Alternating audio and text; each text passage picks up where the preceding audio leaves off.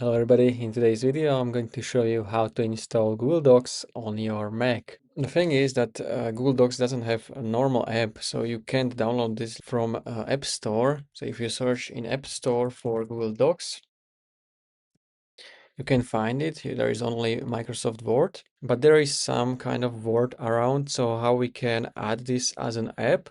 So I'm going to show you two ways. First one is going to be on Chrome browser because I'm using Chrome browser, but if you're using Safari, I'm going to also show you on the Safari how you can do this. So now as you can see, I'm in my Chrome browser. And if you want to add this Google Docs as an app, you want to firstly open this. Then you want to click on those three dots in the Chrome.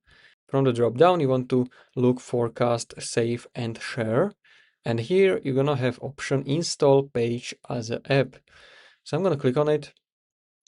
We can name it, you can keep it on docs or you can name it how you want. Click on install. And now you can see that we have this Google Docs app in like our system. So I can drag it maybe in my dock if I want. And if we open it, it's going to open this Google Docs app from Google Chrome, as you can see, and you can basically do everything as in a browser. So you can find it also if you go to apps, and here you're gonna search for Docs. And you can see that we have Docs app in our Mac, so you can open it whenever you want. You can place it here in the dock if you want. It's going to work same for if you have maybe Microsoft Edge or some different browser. But for Safari, if you quickly, I'm gonna open Safari. For Safari, it works a little bit different. So I'm gonna find Google Docs. I'm gonna open it. And then in this top menu bar on your Mac, you want to click on File.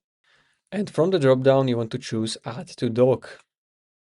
You can name it Google Docs Add. And now you can see that we have second Google Docs app in our Mac. So you can open this as well, but this is going to open this.